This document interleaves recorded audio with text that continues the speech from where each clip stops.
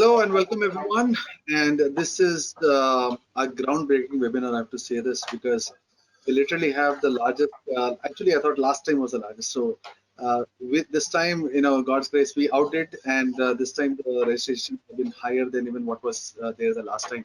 It's not just about the registrations because this is not really like like a money making thing or like you're doing something or money from this. It is more about giving the knowledge to the people and letting them know what is happening in the PCI front and how things are moving ahead and stuff. And it has been very, very encouraging with the feedback that has been received and the questions that is there.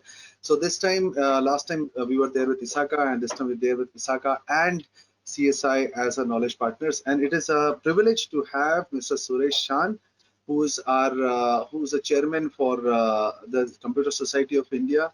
A very good friend. He's a very prolific speaker. He's been a part of thousands of events, webinars, conventions. He's been awarded almost 670 plus honors for the knowledge session that he does. And I've heard that he's also, and I've seen also rather, he's extremely helpful for especially students, for people who are genuinely seeking.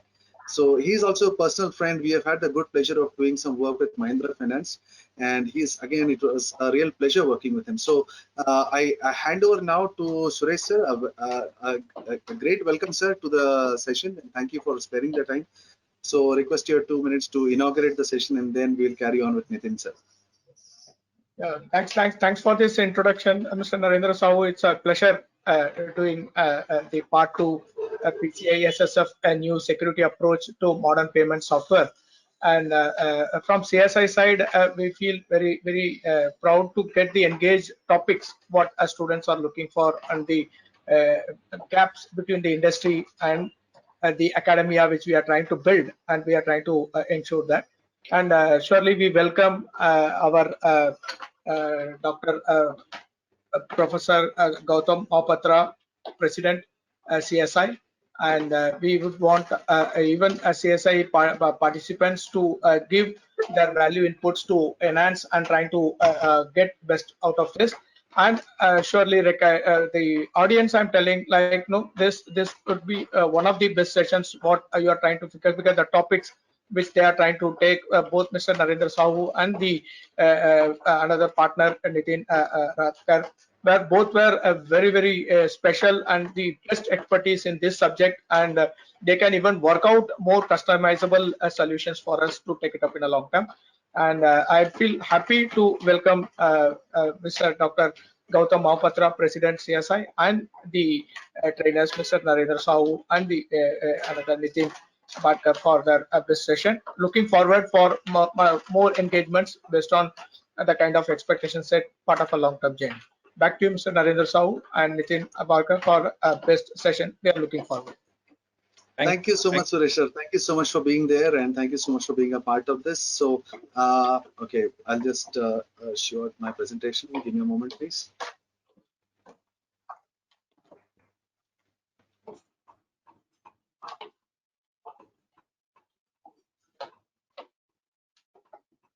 Okay.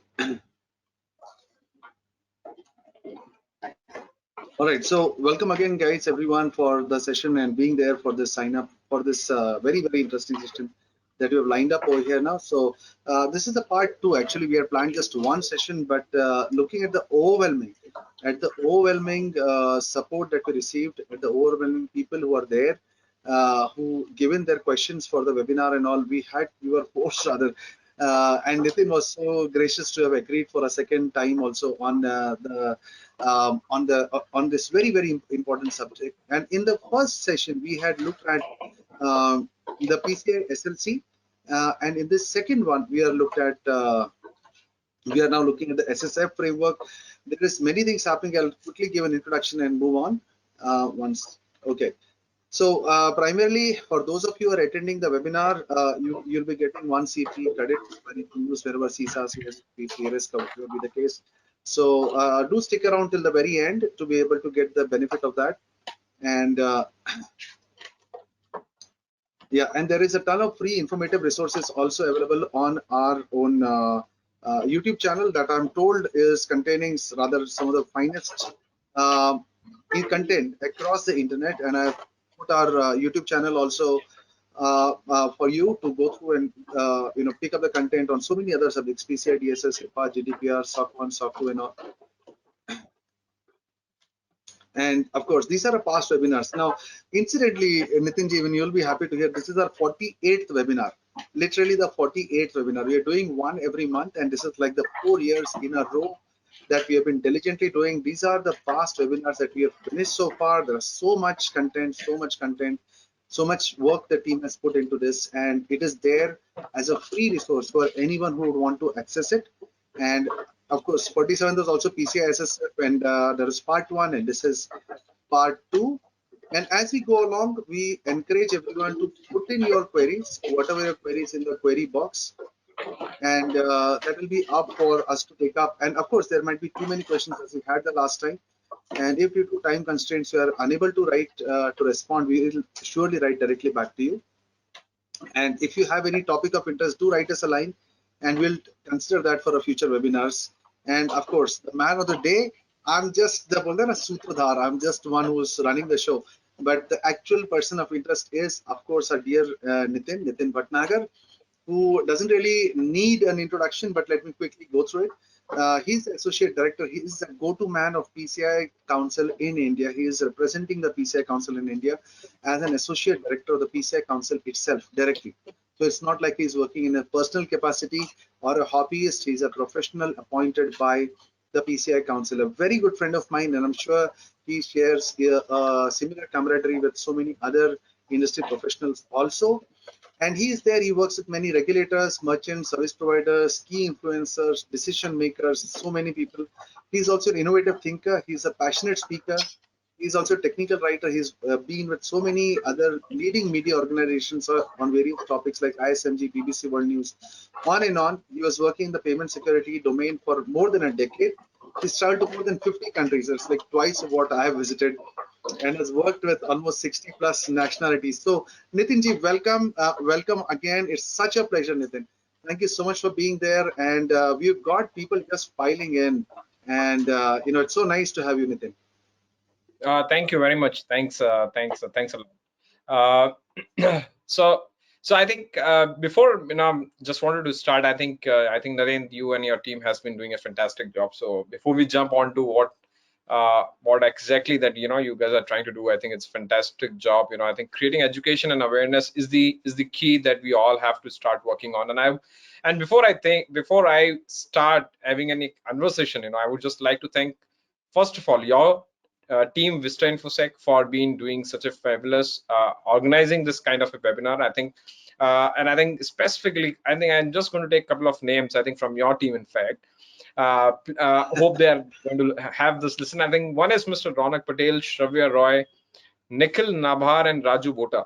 And I think these are the guys I think I've been hearing a lot, and I think you guys are doing a fantabulous job. I think kudos to you. And specifically putting such a great picture of me, I'm sure Anjana Neele would have been designing all these stuff for us, right? So, she's a designer. So I think amazing. I would just thank to you and obviously Narendra, you. I think you have been a great supporter to the PCI at the end of the day, and I think thanks to all, and I think thanks to VISTA InfoSec team for organizing this webinar. I think we have been able to do some justice to the community and creating that kind of an education and awareness.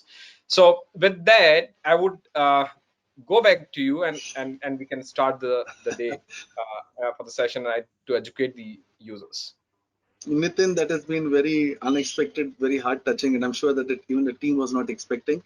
Thank you so much. These are the unsung heroes. They've been working tirelessly through the days and weeks to organize this thing and get the people, let them know the session is happening and how it's going to help them. So people work if there is money involved, but we are doing this free of cost. So thank you again, Nitin, for being there and for your kind words. It was really very touching, and I'm sure that the team is also very encouraged. Thank you again. So moving ahead, of course, about me, and of course, I have my own company, VISTA InfoSec, as we can also mention, and I've been there for more than 25 years. The company's been there for like 16 years. There as a PCI QSA, I'm a QPA myself, SSF, I'm CISA, CISSP. We do all these things in our company, and I'll not get much into that. Just a brief intro. Our company, we are there in US, Middle East, we're there in Singapore, UK, India, and a few of the services that we provide end of the day for our clients. Very interesting on the compliance, governance, software. We are there on PCI DSS also. It's one of our prime services that we provide, PCI DSS, PCI. Myself, I've been involved and the company in PCI DSS since 2007, 2008 when version 1.2 was there. And now we're looking at version 4.0. So it's been an amazing journey with the PCI Council. Hands down, one of the best organizations out there to work with. And of course, these are a few more of our services that we provide. I'll not jump into that much. We are ourselves, as I said, we are QPA, DSS, QSA, and of course, SSF ourselves. And these are a few of the certification services that we provide. And I'll not get much. These are a few of our clients. I'll not waste much time on us. And of course, just to let you know that we are open for partnerships. We're looking for many partners across the world to put across the PCI world and software and so many of other services. So if you're interested in partnering with VISTA InfoSec, do drop us a line, and we can take it ahead from there, either as an individual or as a company. And just to answer, actually, in the last webinar, many people asked, how can we be a part of PCI? How can we become a PCI auditor, or how can we start a career in the payment council, in the payments career, payment security career? And we are hiring. Just to let you know, God's grace, we're doing well, and we are hiring. Do send in your resumes, whether you are a beginner or having 1 year's experience or 10 years or 15 years experience. We're looking for good people. We're not looking for a lot of certifications and all, because we believe aptitude is what is required and not really certification. So if you feel that you're up to the mark, do drop us a line and we'll take it ahead from there. All right, at the end of this webinar, there will be a survey. So please, we have put in a lot of effort, and Nitinji said, do drop in your valuable feedback. Do let us know what you think, what topics can be covered in future webinars, and we'll take it up. And of course, these are the key highlights of what we're going to do today. This last time, because of the paucity of time and the huge amount of questions, we couldn't get in the details of SSF and SSLC. Last time we looked at SSLC. This time we are looking at SSF. So this time we'll be looking at understanding the relationship between SSF and PA DSS, then understanding the relationship between PCI DSS and PCI SSF, similarities and differences between DSS, SSS, SSS, and SSLC, all those things, and why is it replacing, tips and guidelines. So how do you prepare? So we'll be looking at that.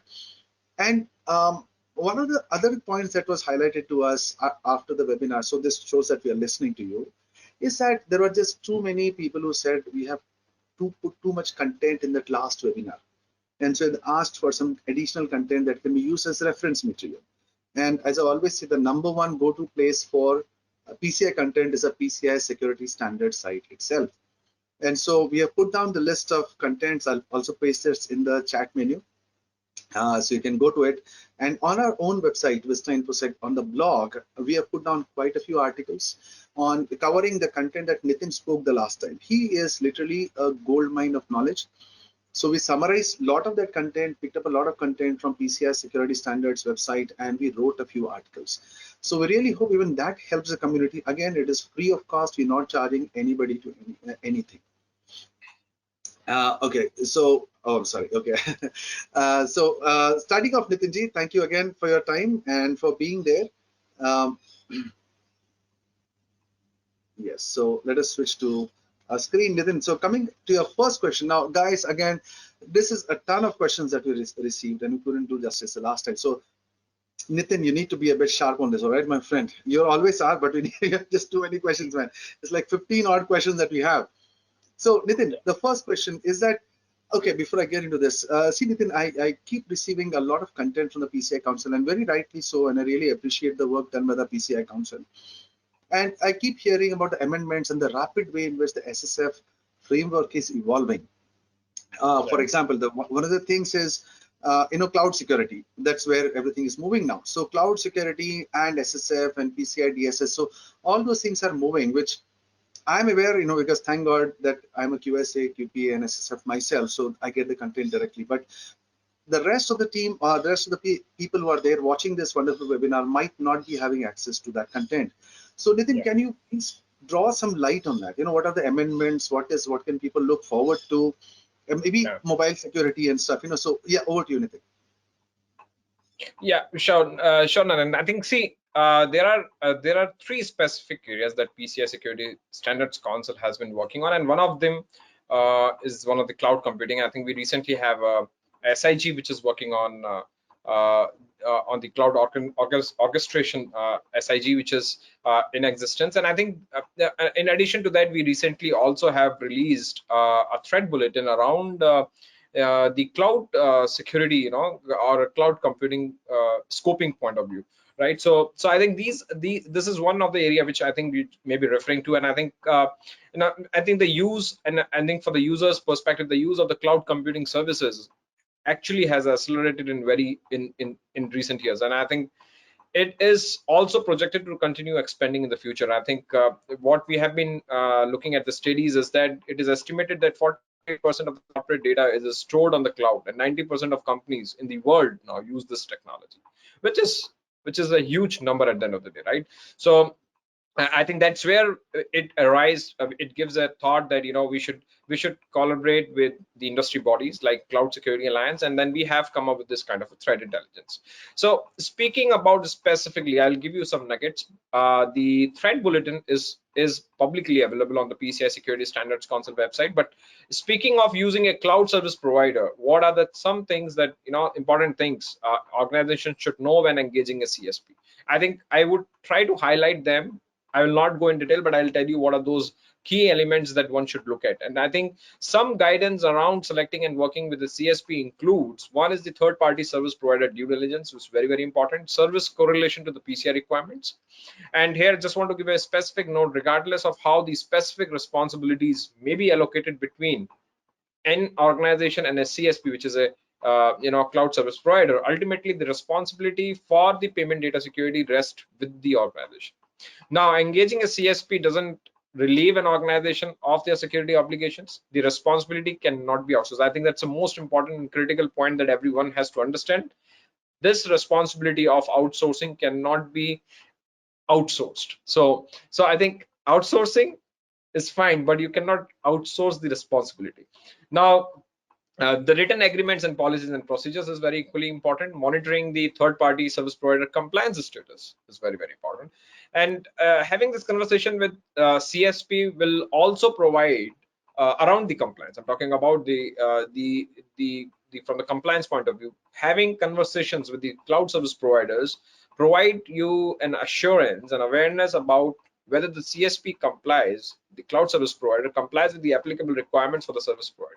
If the CSP offers a variety of services, this knowledge will assist the entity in determining which CSP services will be in the scope for the entity's PCI DSS assessment. So I think this is what just a high level stuff that I just spoke around. But if somebody wants to really go and do a deep dive, they can go onto the PCI Security Standards Council website, PCI Perspective blogs. You will see a blog, and also you will get a link to the threat bulletin that we have recently published.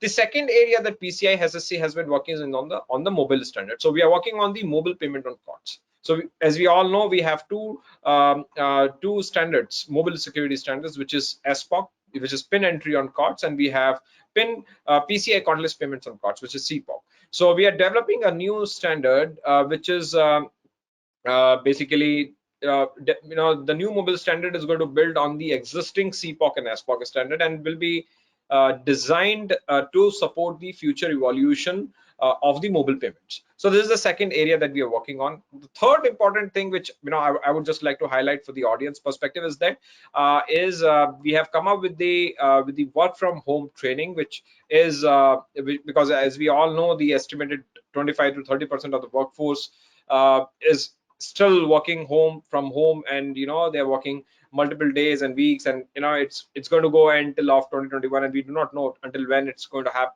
It's going to be back to normal situation. So I think this is the PCI SSC has created a very low cost 45 minutes training to educate organizations and remote workers on the basics of working from home in a secure manner.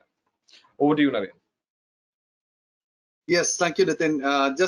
I'd like to bring the view of our viewers on 3 points which Nitin made extremely well. Is for cloud services, because we get many time people who are saying when we are scoping, especially many times the scoping is off. The reason being, companies assume that, okay, we are hosting on AWS, but AWS is PCI DSS compliant. And that's what Nitin is trying to say. Even if AWS is PCI compliant, they are SOC 2, they are GDPR, but the responsibility is still with you. And please understand, AWS is not managing your payment cycle. The payment processes still are with you. Vulnerability management still has to be done by you. Patch management depends on what services you have taken from AWS. All those things are there. So, end of the day, anything goes wrong, you are still responsible. Just hosting on AWS doesn't mean that you don't need that PCI or whatever certification to be placed. And secondly is that you can literally, if you're really interested in payment cycle, you can literally spend days on the PCI Security Standards website. There's a ton of information. Everything is free. Everything is free. And the best resource that I personally find is looking at the FAQ. Frequently asked questions, brilliantly answered, very short, succinct, precise answers with cross-links. And to all, even if you're a QSA, even if you're a PCI DSS yourself, do not underestimate the power of the FAQ. So that's what I can say. Do look up the FAQs yourself. So thank you, Nitin. And so moving ahead quickly. So Nitin, last time we covered very well the difference between SLC and PCI DSS and PCI SSF and what is the role of PCI SLC and all those things. So for those who have not seen the first part, you've seen my our YouTube channel on the link. Do go there, and in the PCI DSS playlist, you can see the last webinar, the part 1 of this. In that, we cover SLC. So, Nitinji, the first question is, what is the relationship between PCI SSF, Software Security Framework, and PA DSS? Yeah, so I think just wanted to add before I answer that question, Narendra, is that Sure. for the resources point of view for the users, I think we recently have started a series, and that series is going to talk about that series is going to assist the stakeholders in their migration from PA DSS to the Software Security Framework, and the PCI Security Standards Council is going to publish the series of blog post to guide the payment industry or the payment software vendors and assessors through the key differences between the PA DSS and SSF. And the part 1 of this this blog post series is already out, and I think it talks about the conceptual differences between the PA DSS and the Software Security Framework that stakeholders should be aware of. So if really the audience who is attending this webinar, if they're really interested, if you're really interested, please go on to the PCI website and you will see a series of blog posts coming on the differences between the PCI, PA DSS and the Software Security Framework. So moving on to the question that you just posed, Narendra, I think the relationship between the PCI Software Security Framework and PA DSS. So the PCI Software Security Framework basically is separate and dependent, and I think as we discussed in our last webinar, is separate and independent from PA DSS, while the PCI Software Security Framework includes elements of PA DSS. The framework represents a new approach for securely designing and developing both existing and future payment software. Whereas on the PA DSS was designed specifically for payment application used in the PCI DSS environment. So the PCI software security standards extend beyond this to address overall security resiliency. The PCI software security framework is also designed to support a broader array of payment software types, technologies, and development methodologies in use today, and also support future technologies and use cases. So you will see there is a lot of new use cases are going to come by, which is going to be used as and when we move forward, and this is going to evolve as we see new technologies and the new methods which are going to come into the software security software development lifecycle altogether. So this is the quick relationship between the PCI software security framework and the PA DSS. You're muted, Narendra. Sorry. Yeah. So thanks, Nitin, for that. And for those, again, Nitin has done much more in the previous webinar on these differences, so you can catch up over there. This is an interesting question, Nitin. What is the relationship between PCI SSF now? Last time the earlier question was PA DSS, and now PCI SSF and PCI DSS. Many people feel that PCI SSF kar liya to PCI. We have clients. We have so many people who reached out to us saying that we want to do just PCI SSF. Right. And So they are having a payment process, but they feel that PCI SSF hai, then they don't need PCI DSS. So how would you answer that, Nitin? So, so I think first of all, I will again request all the audience to keep dropping their questions if you have any as we speak. If you are not able to catch up with what I'm trying to say, please write down in the comment box or the message box. We will try to answer your questions.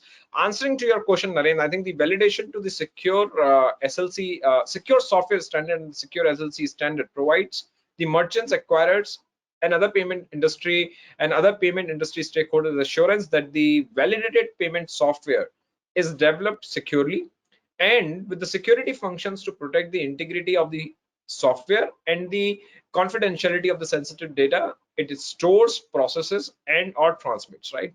So now, as with the PA DSS, we have seen the use of the payment software validated against the PCI software security framework may support the security of an entity's cardholder data environment, but it doesn't make an entity PCI DSS compliant, right?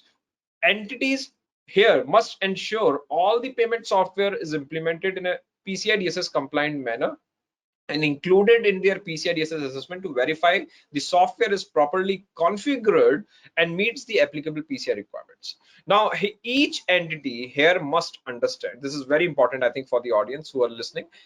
If you are a software vendor, each entity must understand its compliance obligations and how it is meeting those obligations. While use of the validated software can contribute to an entity's overall PCI DSS compliance, it does not replace the need for a full PCI DSS assessment. So, Right. this is the key difference between, that we are talking about.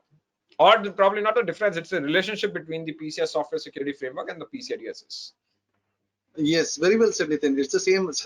I see it on the same lines as the PA DSS standard, where even if you're using a PA DSS approved or listed software in an environment, it doesn't make the need for PCI DSS as redundant. I believe it's the same thing, right? Can we say that? Yeah. So the standards are the same. So irrespective, you need to go through the cycle once again. You have to follow the PCI requirements. That is my next question. Thank you so much for that. Yes, so Nitin, that led to my next question is that will the transition have any effect on the existing PA DSS listing? See, somebody is already listed on, now his transition is there from PA DSS to SSF. So will this transition have any listings or softwares which are already listed on the PCI Council website, Nitin? Yeah. So the PCI software security framework has no immediate impact on the PA DSS validated applications, although PA DSS will eventually, as we have discussed this in our last video, is going to replace by the validation program within the PCI software security framework. So the acceptance of the new PA DSS validated validations will continue, which actually not continued. I think it's already stopped. I think we have stopped accepting new application on 30th June. I think we're already in August. Yes, so now, so I think we have already stopped accepting all the applications. So now what is going to happen is that all PA DSS validated payment applications will remain current and continue to be governed under PA DSS program, whichever is listed, until the expiry date for those applications is reached. Now, October 2022 for payment applications validated against PCI against the PA DSS version 3.2. Now, upon expiry, what is going to happen? All the PA DSS validated applications will be moved to the acceptable only for pre-existing deployments list. So this is what is going to happen now, because now we have stopped accepting the applications. We are not accepting any new PA DSS applications. Now it's only the retirement date which is going to come by, which is October 2022. Now when the standards is going to retire or expire, retire, then all the PA DSS validated applications are going to move to acceptable only pre-existing deployments. And the transition to SSF is what we discussed. I think we are going to discuss today also. The transition should start happening now. If you are already a PA DSS validated product and your expiry is nearing, so you should start looking at using the PCI software security framework or the SSS to get your applications validated. Okay. Now, coming to the next thing, that's a good one, but that again links to our next one. And this is so beautiful. So the next part, Nitin, is can merchants and service providers continue with the PA DSS valid applications after October 22, because that's the end expiry date, end of life for PA DSS. So many of our clients are concerned whether what to do. Can we still continue using, or are we forced to upgrade? So what is the path advised by the council? So I think, see, as I rightly said, PA DSS validated applications are moved to the acceptable only pre-existing deployment. Now, when the validation expires for application validated to PA DSS version 3.2, this will occur at this is going to any which way come towards the end of October 2022, and PA DSS program is going to get closed. So once the program get closed, I think it's closed, right? So in any further information, I think there's an FAQ 1195. I think if the vendors or the service providers or whoever's wants to really have a view on how it's going to lie, I think FAQ 1195 is one I think that one should look at, and you will get a clarity on what the acceptable only pre-existing deployment means. But at the end of the day, once the program expires, it expires. It's closes, not expire, it close. So again, Nitin, I'm sorry, I'm just pushing this a bit, but how would so are they supposed to mandatorily upgrade to the SSF compliant software? So what if, okay, let me make up this question. When the PADSS standard, PADSS as a standard, because there would not be any kind of a support going to come by, right?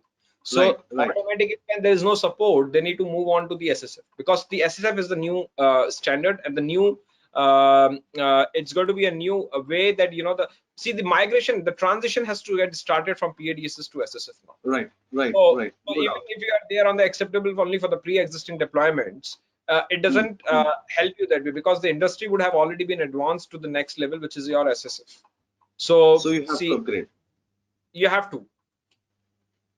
Okay, so what I've done, guys, is that this our gold mine, Mr. Nitin Bhatnagar, whatever he's posted with regards to 1195, I have posted the link in the chat window. So in case you're interested, you can go there, and whatever Nitin has said, I have posted the link of that. I just looked it up online. So it is there, so you can refer to it. So thank you, Nitin, again, for such a precise response to this.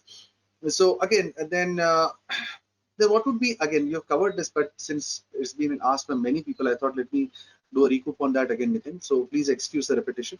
So can you shed some light on the differences between the SLC and the SSS programs of PCI?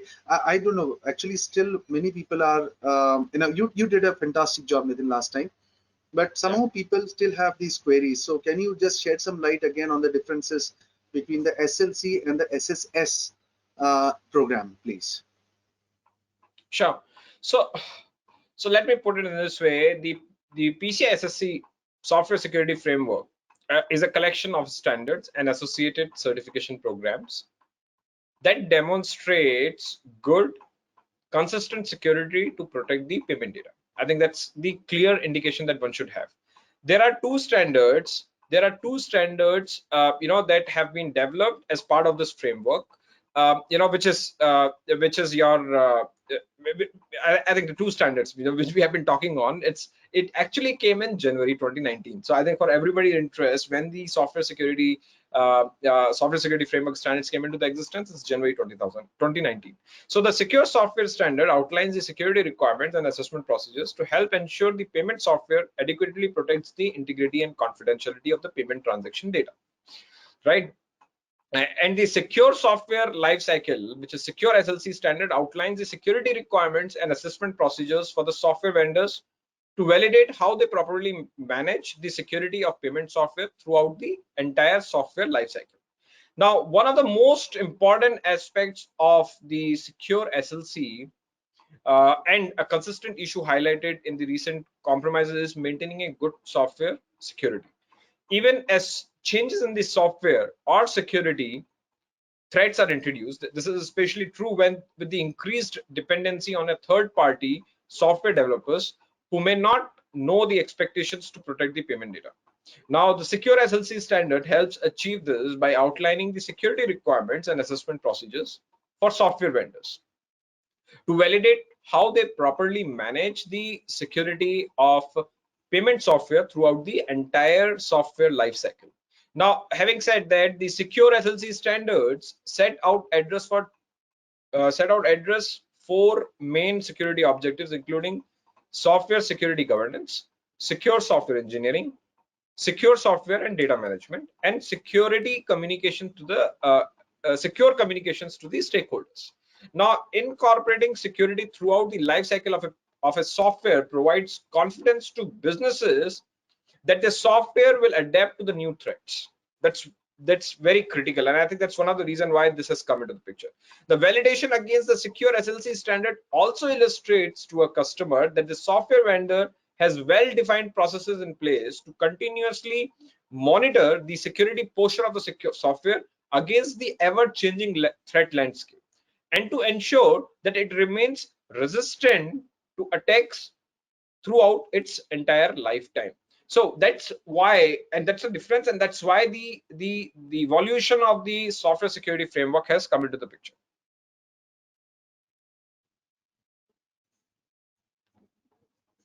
Yeah, you are on mute. Okay, so that is a great answer, Nitin. And just in conjunction with what you just said, for companies handling the credit card transaction, that's a question that is put up by somebody over here, by a nice viewer.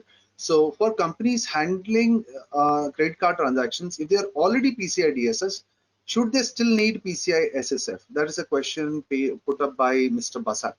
So how would you respond to that?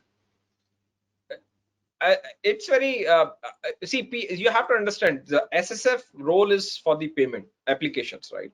So right. Are we talking about payment application, or are we talking about environment? So PCI is specifically for an environment, right? And PA DSS or the SSF now is going to be for the payment application. So now the PCI is any which way is an yearly process that one entity has to go if you are storing, processing, and not transmitting the cardholder data. But if in case you have developed an application, a software payment application which requires to undergo a SSF framework, then yes, this has to, because it's a life cycle of the 3 years, as we discussed in our last webinar. It has a right. Once you get validation done, it is going to be valid until for next 3 years, and it's going to be listed on the PCI website. I'm not sure right. if that answers the question, but PCI is something which is required to be accomplished every year based on your certification life cycle, and also for the PA DSS or SSF, it is for 3 years. Yes, Nitin. These are two different standards. We cannot consider them as one. These are two different standards, and you have to follow what your payment brands or the acquirer banks has to say on the applicability of these standards to your environment. Right. So just to summarize, Nitin, as Nitin said so beautifully, that is, one is for the environment, PCI DSS is for an environment. We just need to hammer it in. In case you are storing or processing or transmitting, PCI DSS is applicable. So many companies say that we are not storing card data, so PCI DSS is not applicable. No, that's wrong. Even if you are processing and or transmitting on your network without any storage, PCI DSS still becomes applicable for the environment. So PCI DSS is for the environment, PCI SSF is for a product, and PCI SLC is for a life cycle, where so again, just to add to what Nitin said, when somebody embarks as a PCI SLC vendor, so they can even select what processes in their software development environment, or what payment, or what application they want to be covered in the SSLC. So the entire development process becomes as a part of the SLC program. So again, there also that development process becomes a part of SLC. In PCI DSS, the entire environment, which is either storing or processing or transmitting, comes under PCI DSS, and SSF is for a product. So that is the key difference. So Nitinji, coming to the next point, again, you had covered this in some way, but again, there are too many people asking, so I have to ask you again. So what type of software products would be eligible for validation under SSP, secure software program? Because under PA DSS, there were like almost 20 plus requirements that was there, and you have to be compliant to all to be eligible for getting listed as a PA DSS application. So what is the requirements under PCI SSF? Over to you. Yeah. So the payment software products, I think, defined as software involved in or directly supporting or facilitating payment transactions. That's what we discussed last time. That's what the theme for the PA DSS has been as well. That stores, processes, or transmits clear text account data and are commercially available and developed by the vendor for the sale to multiple organizations will be eligible for validation under the secure software program. Now, in other words, if I had to put across, talking about the initial program launch eligibility requirements, software must be involved in or directly supporting or facilitating payment transaction. Second, most important, software must store, process, or transmit clear text account data. Third, software must be commercially available and developed by the vendor for sale to multiple organizations. Now, these are the important initial program launch eligibility requirements that one has to take care of. So Nitin, just two questions on that. What you said, you are very precise, and for the sake of our viewers, let me ask you. You said only if it is clear text card data involved. So what if there is encrypted? So for example, maybe from the POS device itself, it is encrypted and the data is flowing through this application. So see, in PCI DSS, even encrypted card data is a part of scope, right? You can't say encrypted data is there, so I don't need to do PCI DSS. So over here, how is it? So you said explicitly that only clear text card data. So would encrypted data applications were encrypted before entry into this application? Before Still, entry. you need to do the validation. How can you? This usually goes into the compliance, but just for the sake of the audience, see. Yeah, that's what. It's finally the audience. For the sake of the audience, I think these are the criteria I'm talking about. These are the eligibility requirements, right? So you may be doing all those, you may be doing all those fixtures, or you may be following already or consulting or doing these, getting these eligibility criteria fulfilled. But in order to get yourself listed as a PCI SSF, you need to get yourself assessed by an SSF. So and that's where the SSR's roles come to the picture, right? So SSR has to be involved in order to make sure that these are the criteria has been fulfilled and you get listed onto the PCI website. Yes, very well said, guys, and that's also a very good point for our viewers, is that ensure that you sign up with the auditors much before you actually go in for the audit. So all these areas, especially the scoping, gets cleared up, and there are no unpleasant surprises when you actually go for the audit, because then you will actually fail the audit.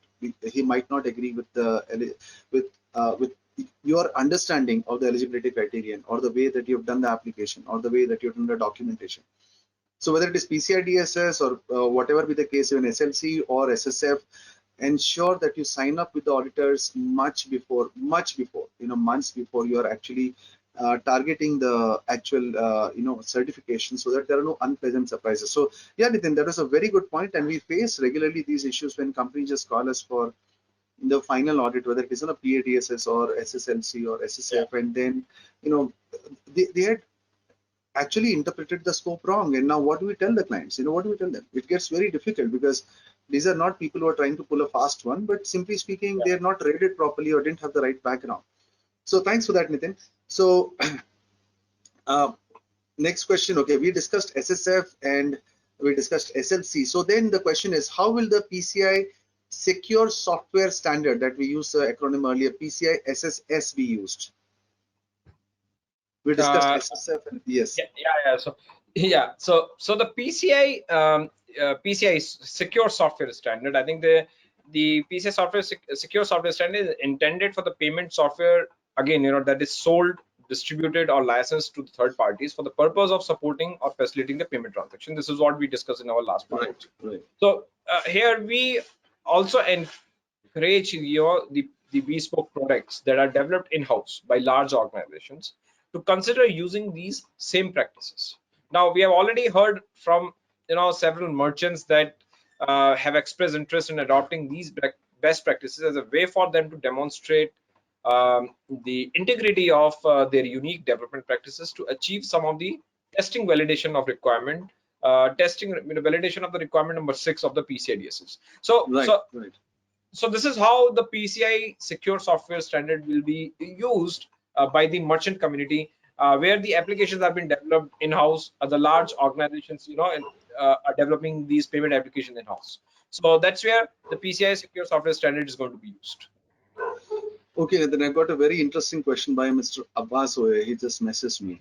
I think it's a he. Anyway, now what he's asking, if I summarize it, is that if my environment is using a software sold by a third party and we are PCI DSS, that application is not certified on SSF. So whose responsibility is this?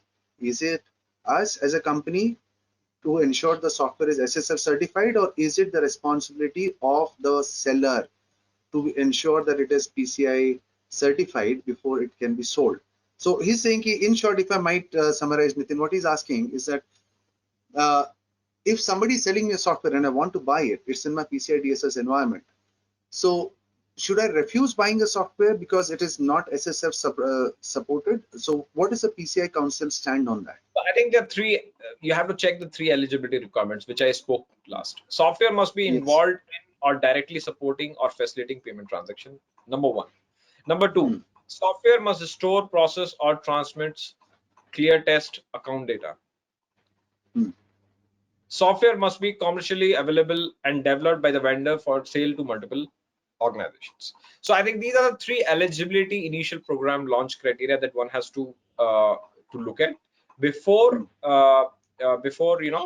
procuring or any going for procuring the product.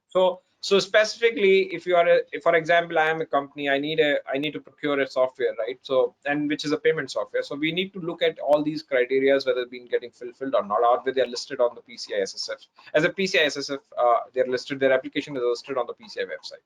So I think you have to validate that, and also you need to check the criteria whether they're required to follow this these requirements or not firsthand, right? And accordingly take a call. So you as a service provider or a merchant or probably an organization who would need the payment software from the outside industry, which is commercially being sold to you. So you need to basically look at all those eligibility criteria first, and then I think make sure that you know whether this software would require to go for a validation against the standard. If yes, then yes, definitely you have to make sure that they adhere to that and they get their application listed, get their application validated by an SSF assessor. So there you heard it from the horse's mouth, because many a time we get really hassled at the client's place when applications are put from third parties and they are not certified, especially they are satisfying the eligibility criterion. Earlier it was PA DSS and now SSF. So what in short Nitin is saying is that ensure that those applications are certified, and if they're saying that they're satisfying all the criterion, you can simply ask them, Abbas, is that why, if you're already satisfying the criterion and you're already very safe product, then why aren't you certified? Why don't you have the stamp of approval from the council, which will enable you as a company to take the right decision and buy the product? So I hope that answers. Nitin, thank you again for this impromptu questions that are coming, and thank you again team for putting all the questions. It keeps session very lively. So the next question, Nitinji, is who can conduct the assessments under PCI SSF, software security framework? Yeah, I think we have been talking about yes, right? So so who can finally do this? Can your QSA do this? Can your QSA certify the product? Yeah. So the PCI SSC, we have been already qualifying companies, right, and individuals within those companies to perform assessments under the PCI software security framework. I think VISTA InfoSec. I'm sure you guys are also the PCI software security framework assessor, right? So SSF companies may choose to qualify to perform the assessments under the secure SLC program, the secure software program, or both, right? So secure SLC assessor will evaluate payment software vendors adherence to the requirements. Secure SLC standard to be listed as qualified vendors on the PCI SSC website, and secure software assessor will evaluate payment software products against the secure software standard to be listed as a validated payment software on the PCI SSC website. So SLC assessor and the software security assessor, these are two different assessor programs that has to be adhered for specific requirements that I just spoke. Thank you. Yes. So there are separate auditors. There is SLC, there is a separate auditor, SSF, there is a separate auditor. So ensure that you have the right auditors in place, and definitely it can't be done, because Nitin, it's really surprising. After the last webinar, we got so many people, and somehow even international, like from people from good companies from Africa and all, where they somehow thought that if there is PCI DSS, then they need not buy a certified application. Some thought, not just Africa, okay, not singling any country out or something, or land outside, but everybody. So if we buy PCI SLC, then it is not really required to be PCI DSS. Then who can certify all those things? So anyway, so thank you so much for Nitin for the clarification. Next thing. So since you said that the assessment will be done by the separate auditors, then what will be the typical deliverables? So what can you expect? So once you go ahead for an SSF audit, what can you expect as an outcome from the audit? Yeah. So I think it's a very interesting question. I think two documents, I think very importantly for the when you talk about PCI SSF, I think secure software report on validation, which is Yes. ROV, secure software attestation of validation, which is AOV. This is for Right. the secure software. Talking about Right. secure SLC report on compliance, secure SLC attestation of compliance, which is ROC and AOC. So these Yeah. are the only official documents apart from the listing that you see on the PCI website. Are the official documents that one should look at as the final deliverable to the entire process. Okay, interesting, Nitin. But a quick question again. There are just too many of them. One more question. I got flagged, Mr. Tony or something. Anyway, so thank you, Tony, for the next question. Is that what will be the entire life cycle for posting this on the PCI Council website? So we mentioned about the deliverables. Now, how do we take these deliverables and I think whose responsibility it is? Who yeah, will so do I it? think The SSR, auditor will so do it. The company will do it. Yeah. Sorry. Go ahead. I think the PCI SSR and the vendor has to work together on this. So then the SSR will have to go to the council, get it listed, fill up the form. There's an So I think invoice it's a payment to be done. coordination between it is a coordination between the software vendor and SSR company.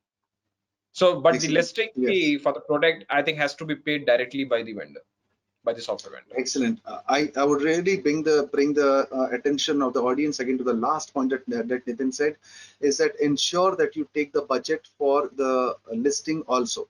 And now the invoice will be raised from the PCI Council directly to the product vendor or the SLC vendor.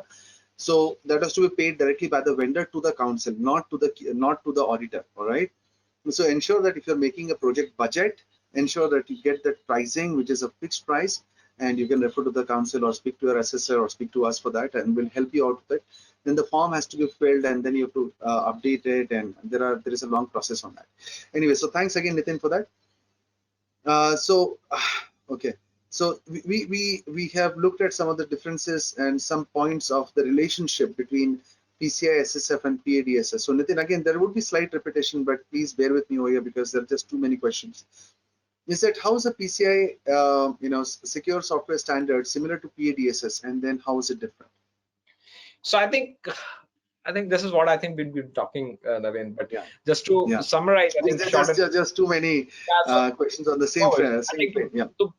To better understand how PA DSS and PCI secure software standard relate to one another, it's helpful to see a side-by-side comparison. So it is important to note also that there is not a clear one-to-one exchange in the requirements. Both programs are intended to facilitate the development of secure payment applications and software, and both addresses the secure application design and development. I think that's how, if you put across one-to-one, it should be comparison. Where the PCI secure software standard and PA DSS differ is the PCI secure software standards use of requirement modules. So modules are groups of requirements that address specific use cases. So there are currently two modules in the PCI secure software standard: the core module, which includes the general security requirements applicable to the all payment softwares, and there is an account data protection module, which includes additional security requirements for payment software that store, process, and or transmits clear text account data. That's great, Nitin. Thanks for reiterating again, but there just too many. Okay, before we end up, Nitin, the last question for the day. Thank you again for sharing all that information in such a patient manner and answering to all the queries. He said, how are the people now supposed to manage the transition? How do the PCI SSC stakeholders supposed to manage the transition to PCI SSF? So now they have got PA DSS and they are PA DSS compliant, certified, whatever be the case, and they now want to move towards SSF. So what should be the good transition methodology in your opinion?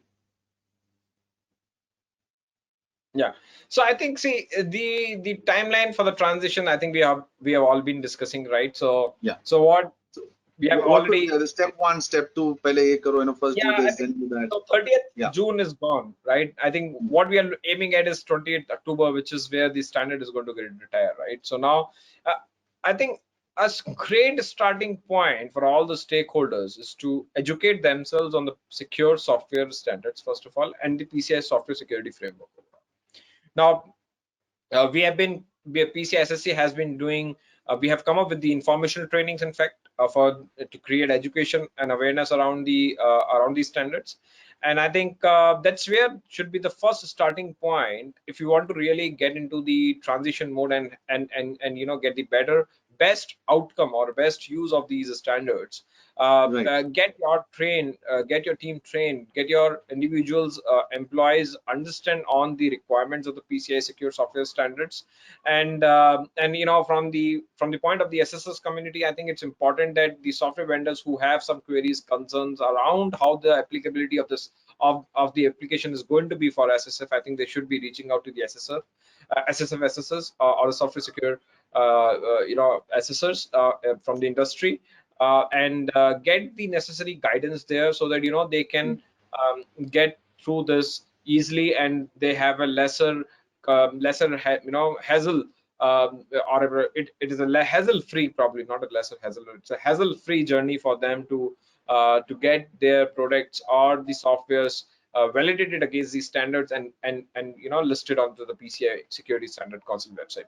And I think talking about specifically on the vendor's point of view, I think Yes. that's very, very important. I think that was the question I was asking. With regards to the vendors, I just try to make a little educational first, and I think at the start I'll bring it at the second part.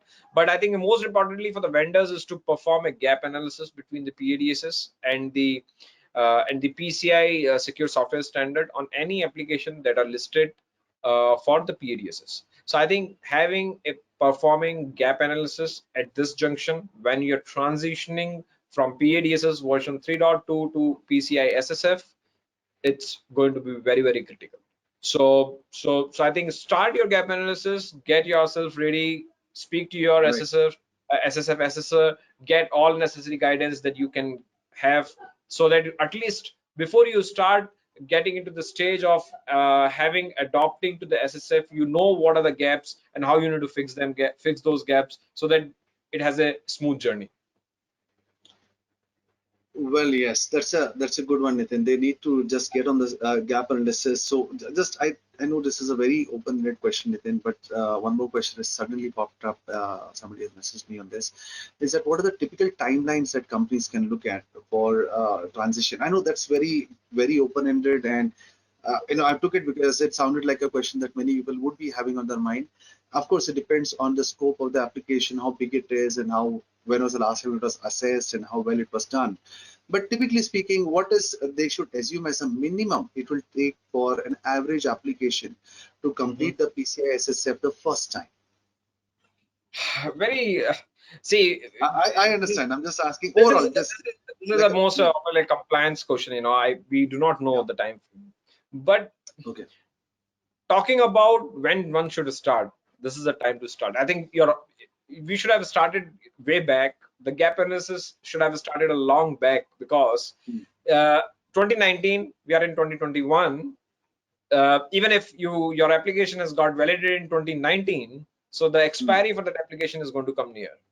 So assuming that 3 year of time frame, and with the being standard release in 2019 January, the gap analysis would have been done somewhere only in the starting of July in 2019 or 2020. So that at least you know that what are the gaps that are going to come by, and how you should be migrating or transiting, because it's going to be a last mile run. That if you have not started the gap analysis, it's going to be really a last mile run for you to, because once the standard get retire, I think the support is only going to be only for that application those are listed and those have the life cycle of 3 years, not for all.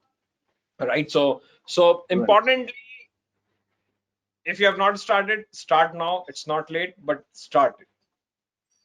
Very well said, Nitinji. Very well said. And I took it because many people are assuming that 2 points that I can say from our experience dealing with so many companies.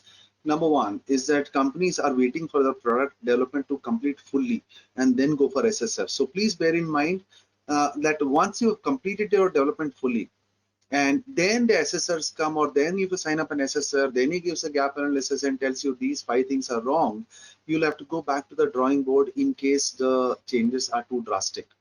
And for any, even like as a industry best practice from even the development side, is that changes are better to be done at the planning phase itself than in the entire than the last testing phase.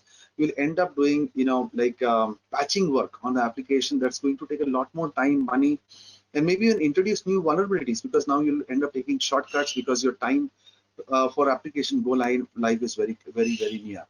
And again, as Nitin rightly said, you need to start right away. Whomsoever you start with, you can reach out to us also if you wish. But it can be anything, depending on the scale of the application. It can be 3 months, 6 months. It can even be 1 year. It is not in the hands of the assessor. It depends on how ready your application is. And last but not the least, ensure that you sign up for something called as a gap assessment or a pre-assessment before the final audit. This is very important if you're doing this for the first time.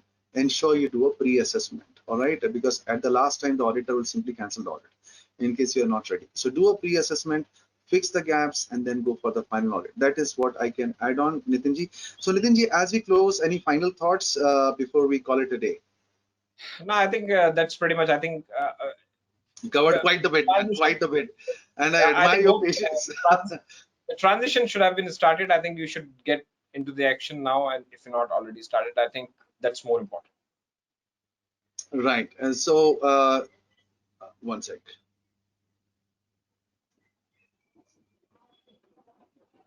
Yes.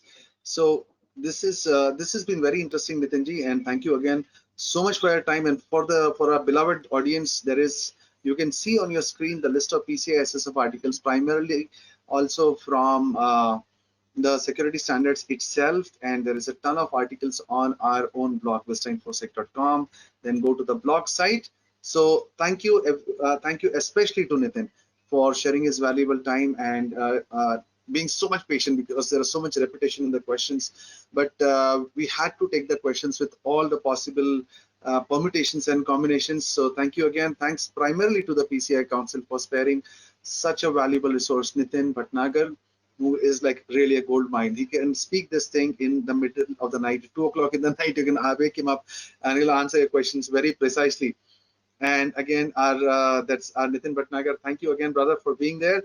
The Associate Director for the PCI Security Standards Council, and I believe he deserves a big standing ovation, which I would have had there been a physical seminar. Nitin, I really am so obliged. There are so many questions, and questions are still pouring in, but we are way over time. And we thank our knowledge partners, ISACA, and of course the Mumbai chapter of the Computer Society of India. So thanks to all our partners again, and again a gentle reminder for the survey at the end of this webinar. Please do share your valuable feedback. It could be positive, it could be negative. Negative is very important because we'd like to know how we can improve. Even drop in your topic ideas that we can take up, and you can put in your queries, which I'll have answered directly from Nitin Bhatnagar himself. And again, remember, this will be directly from the horse's mouth, because he's Associate Director of the PCI Council. You can visit our YouTube page. Yes, you can visit our YouTube page, and you can see there's a ton of content over there, all free of cost. And of course, that's our Facebook page too. You can follow over there. We keep on regularly posting blogs, at least one article every week, and you can stay updated. Follow our LinkedIn page too. And yes, and that's our contact details. Do drop in a line if there is something that you would like to ask or have clarified upon. So Nitin, my heartiest gratitude to you for being there, agreeing for 2 sessions, and being a great friend for me and the community as a whole. Thank you again, and take care, my friend. I'll look forward to seeing you soon. Thanks, Naren. Thanks a lot. Thanks, Suresh, for being here today. Thank you very much. Take care. Bye-bye. Bye.